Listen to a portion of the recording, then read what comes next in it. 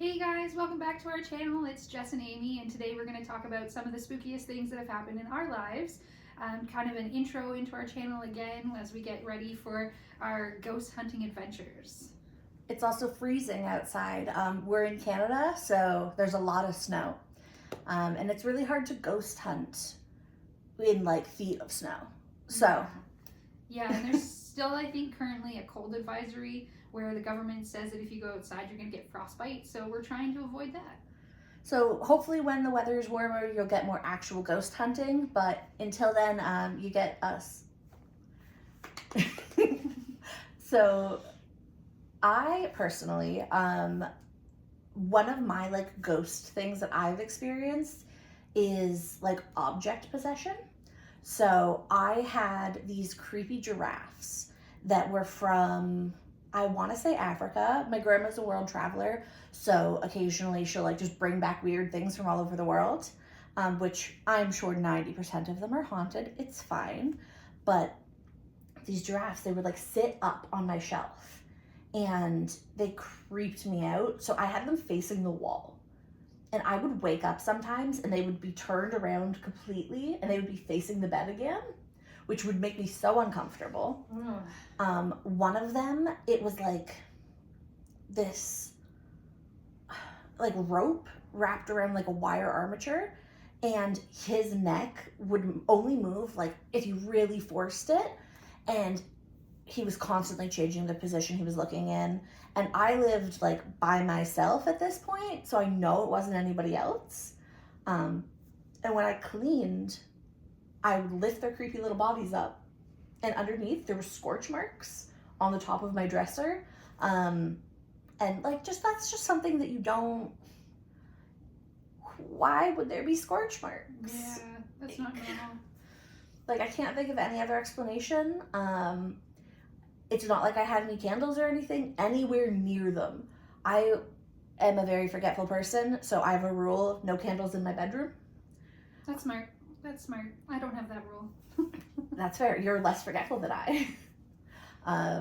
But yeah, so there's no explanation.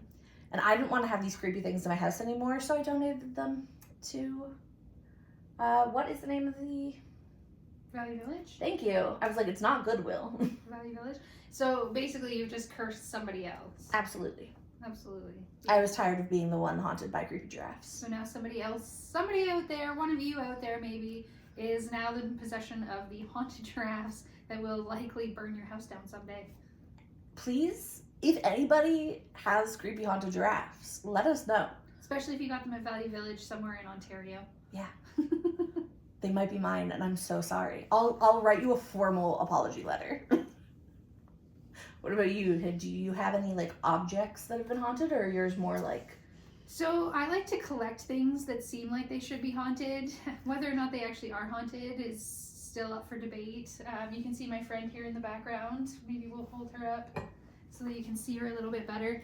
This was donated to an animal shelter that I worked at, but we couldn't use it for the animals. So being the haunted creep that she is, I decided to bring her home with me.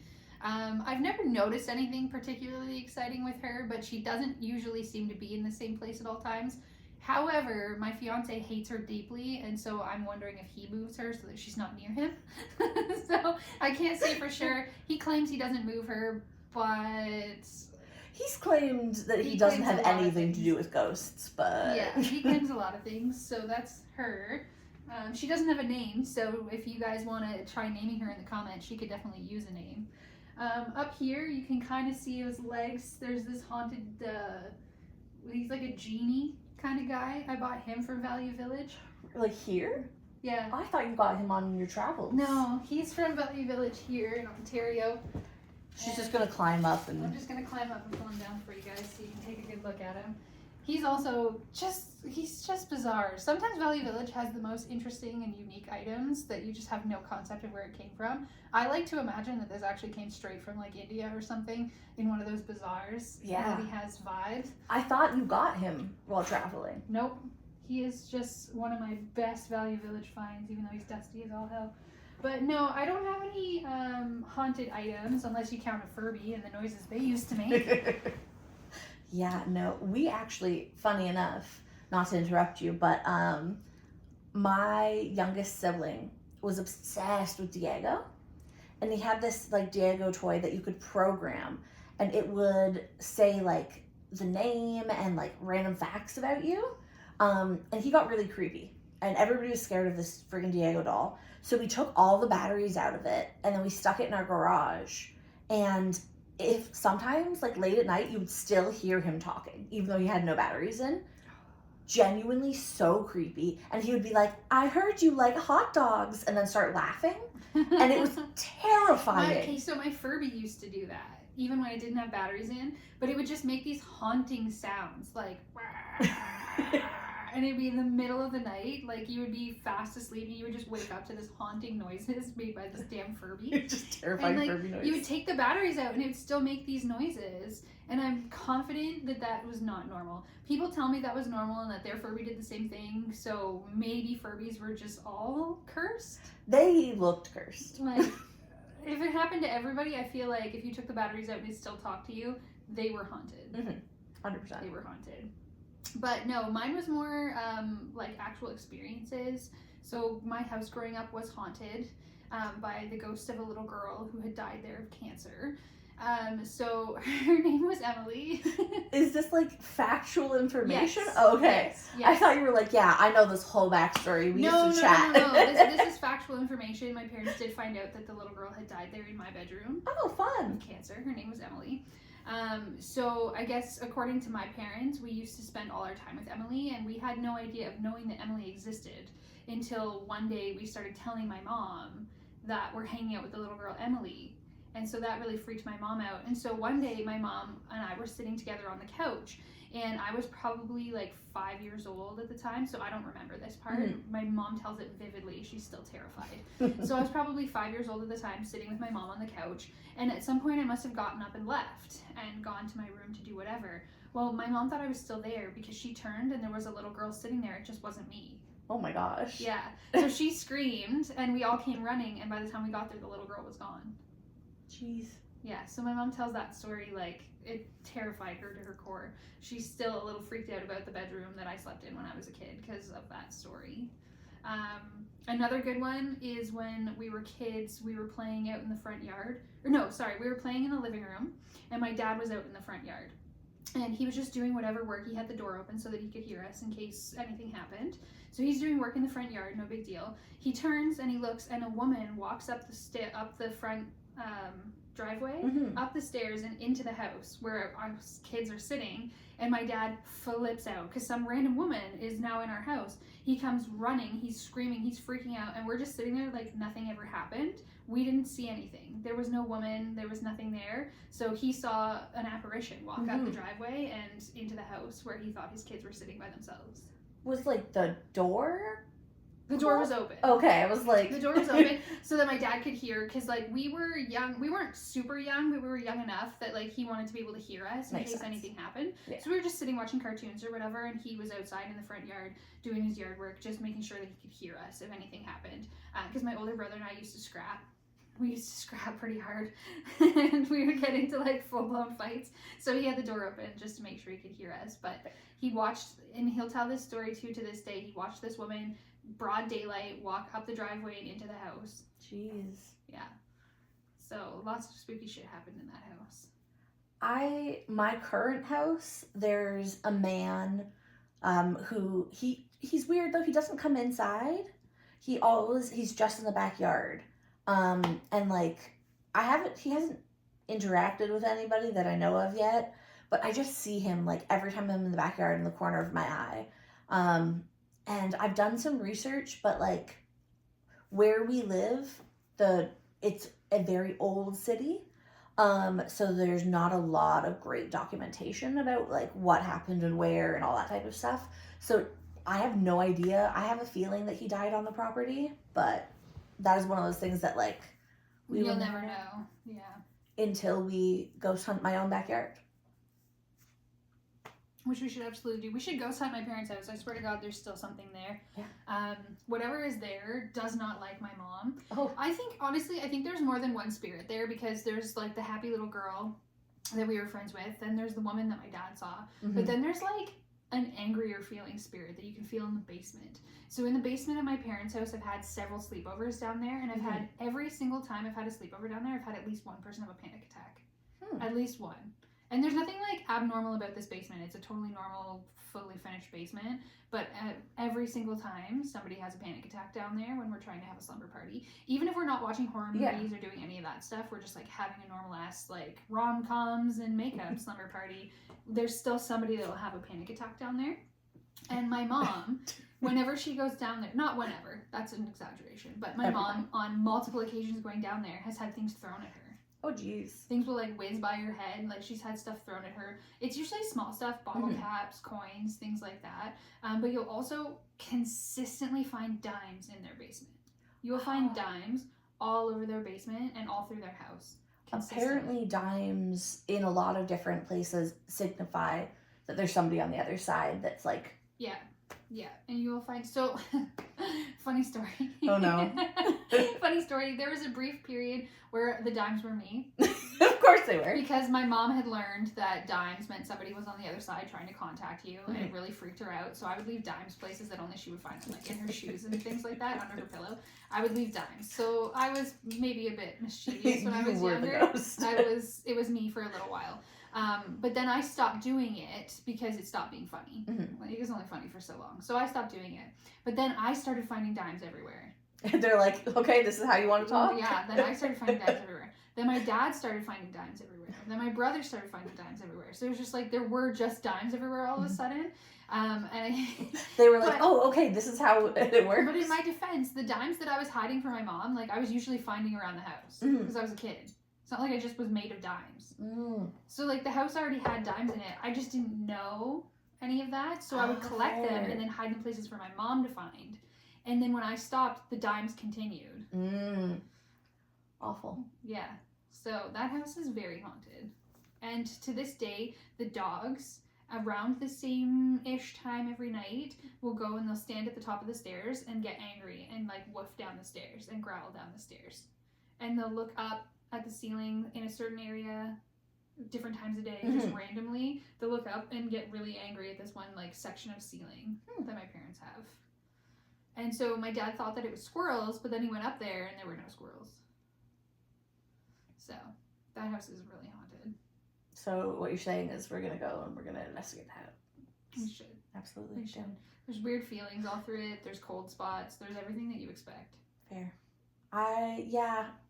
I personally haven't really had a lot of ghosts in, like, my houses. That being said, I had a friend growing up, and, again, it was a little girl ghost, but she was always in the backyard of her house, and my friend she said that, like, she saw a lot. She constantly was seeing ghosts, etc., etc., so I was like, I don't know if I believe you. So I went over to her house, and we were sitting in the backyard, and, like, wasn't a windy day. Everything was, like, very normal. And then we asked the ghost to give us a sign that they were there, and the one swing started swinging. Ooh. And it was just the one swing. It was super creepy. And then that night, I had a dream about a little girl. And in the dream, she was asking me for help because she was lost. So I was like, that's really creepy. I'm very scared. So I went back to that friend's house like a week later, and I was like, we're going to perform an exorcism on your house, which, I mean, we were children, so I don't know how good of an exorcism children can do. Yeah. But we were sitting in the backyard, and, like, we felt something. We felt like she was there. So we're, like, sitting there holding hands with, like, a candle, and we're like, it's okay, you can pass on and stuff. And then we both swear to this day that we heard, like, a thank you, and then it felt different. And I'm like, did you child exercise a house? Did I child exercise a house is what I'm wondering. Sounds like you might have. It's kind of, and she agreed that she never got that feeling since that day. And I've been to a psychic before, and they're always like, oh, you have a really strong third eye. You could definitely, like, reach out to ghosts, etc., etc. I was told the same thing. Right? And then I was told, I was like, you're keeping your third eye closed on purpose. And I'm like, well, yeah, I don't want to see ghosts Shit's everywhere. Scary, man. Like, shit's fucking scary. yeah, no. And I have like all these theories on like the reason that people don't hear ghosts is because people aren't letting themselves hear ghosts. Because so long it's like, oh, if you heard something, you go crazy. But nowadays I'm like, no, if the ghost wants to talk to me, come on through, dude. Like, let's see what happens. And I'm very like open to it now, so I feel like I'm closer to being a conduit for that side, which is cool. I'm still working on being open because my house was so fucking terrifying when I was a child. Very fair. And I think I just shut everything off because it was like it was so much. Like I would wake up in the middle of the night to someone sitting on my bed. And it was to the point where like you would feel them sit down on the bed, you would hear the bed springs move, and then if you turn on the light, you would see like a circle where someone's butt imprint was. Yeah, it makes sense why you would be like, it was I'm terrifying. good. And I ended up, when I was a kid, I had this closet in my bedroom, and the door would just like slowly, creepily swing open every night. No. And I could not, to the point where I made my dad take that door off. I made him take the door off, and he cut a big hole in the drywall so that it was just like a big open face closet, because I was like, I can't deal with this creaking door anymore. Like, I will lose my mind. And I had to sleep with the lights in the bathroom. The bathroom was adjacent to right beside my bedroom. So I had to sleep with the bathroom light on for years because it was just so terrifying to be in my room. We also slept with the bathroom light on for the longest time because I was like, nah, Yeah. Terrifying. My bedroom was terrifying as a child. And that's where my brother met Emily. That's where I met Emily. And then that's where later in life my little brother met Emily. Nah. All of my ghosts were chill. I just helped them out. We were friends. No, there's something low-key evil in my parents' house. Emily, I don't think it's Emily. I think there's something else there. Something that's low-key not cool. Yeah. It's the cancer. The cancer itself. The ghost to the cancer that got Emily. Yeah. It's ghost cancer. I'm trying to think. One time in my neighbor's house, we were doing Ouija, and to this day, I don't know how much of this we made up in our minds afterwards and how much of it was real, but it was the most terrifying experience of my life. Like, the lights flickered, the floor shook, like the windows were opened. Like, it was absolutely horrifying. And to this day, I was probably 8 years old, and to this day I'm like, how much of that was real and how much of that was a dream? Because it was fair. If it was real, that is the scariest thing that's ever happened to me. And like, my whole belief is like, the reason that children have more ghost experiences is because they're more open and receptive to it. They haven't shut it off yet. And like, so I fully, definitely could have been real. If it's 2 children fucking around. It was 4 of us. 4 children? It was 4 of us. That's a and ghost buffet. We all remembered it the same. Ghost buffet. Yeah. But it's like, you know, your children, so it's like, how much of it were you just like, oh, and then this happened, and how much of it were you like, because we all remembered it the exact same. It went this, then this, then this, then this. And we all remembered it exactly like that, and we refused to go into that room for like a full year. Fair. Well, I mean, since there was more than 2 of you, I feel like it's more likely that it was true. Me and my friend, we drew like a pentagram in chalk on our driveway, and just as we finished drawing it, the like back gate started like shaking. It was like blowing back and forth like really aggressively. So we both freaked out and we got the hose and we scrubbed it off immediately because I was like, you know what? I'm good. And like, we both remember it, but since there's only 2 of us, it's very possible that we just like gaslighted each other into believing it. Yeah. No, there were 4 of us, all varying in ages, because it was my neighbor, myself, my older brother, and one of her friends. Jeez. Yeah. So. What about you guys? Please tell us any of your ghost stories. I would love to hear them. We're the first people who will believe you. I know some ghost hunters are like, nah, let's try to prove that they're not real. We're proving they are real. We're trying to prove they are real. Share with us. Send us any pictures, any videos. Just write us a comment about anything spooky you've ever seen. Maybe we'll cover it in one of our videos. Yeah, please. If you know of any like local creepy haunted stuff you want us to talk about. Like, I have experience with, there's like creepy tunnels under our town, and like, I went to high school with some of the tunnels connected, and like, that's an interesting story that I'm sure we're going to tell at some point. So if you guys want to hear that, let us know. But yeah, please let us know. We're just happy to ramble about whatever. So I guess we'll be YouTubers and say like, comment, and subscribe. Yes, please. And thanks for watching, guys. Have a great one. Bye. Oh no, I hit the button and it didn't.